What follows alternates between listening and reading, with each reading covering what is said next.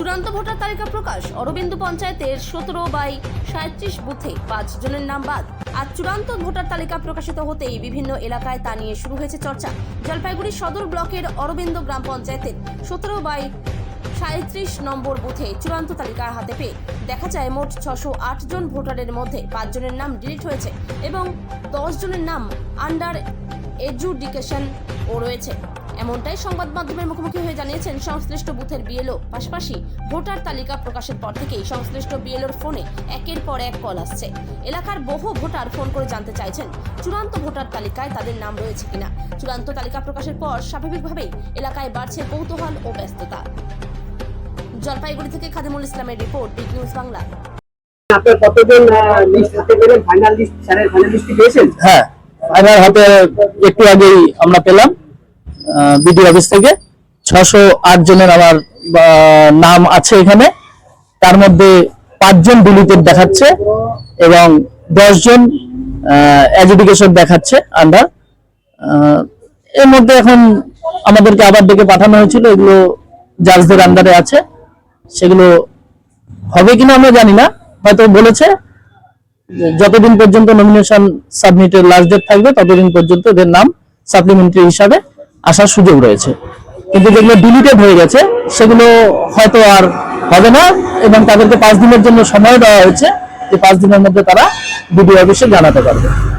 কিন্তু এই যে আপনি এই 5 জন যারা নাম ডিলিটেড দেখাচ্ছে তাদের কি নাম ছিল বাকি মনে হচ্ছে? হ্যাঁ, তাদের নাম আগে ছিল কিন্তু তাদের প্রপার কাগজপত্র নেই, মানে ছিল না।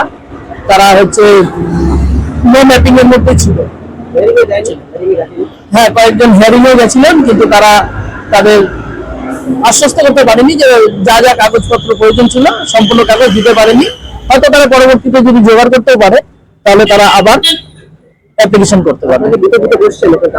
হ্যাঁ হ্যাঁ, আমরা এইমাত্রই বুথে ছিলাম, বুথের থেকে জাস্ট আসলাম। আবার যদি প্রয়োজন হয় আমরা আবার বুথে গিয়ে বসবো। যারা দেখছে অনেকে এসে দেখে গেছে, বুথের থেকে প্রচুর মানুষ এসে বুথের থেকে ভোটার লিস্ট দেখে গেছে এবং তারা অনেকেই আশ্বস্ত হয়েছে।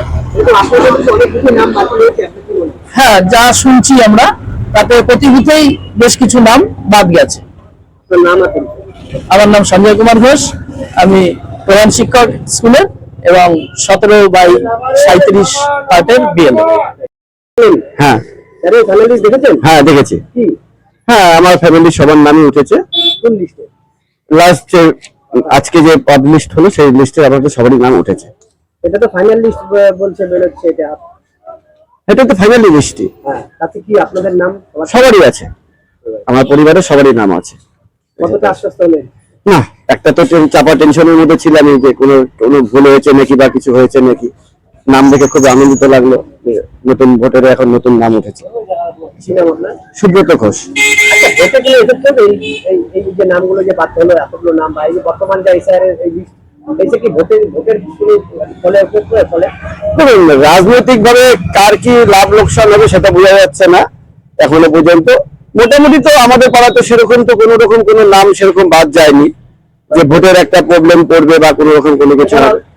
ওভারঅলে দেখুন, আমি রাজনৈতিক সচেতন মানুষ নয়, ফলে আমি ওইভাবে বলতে পারছি না যে কি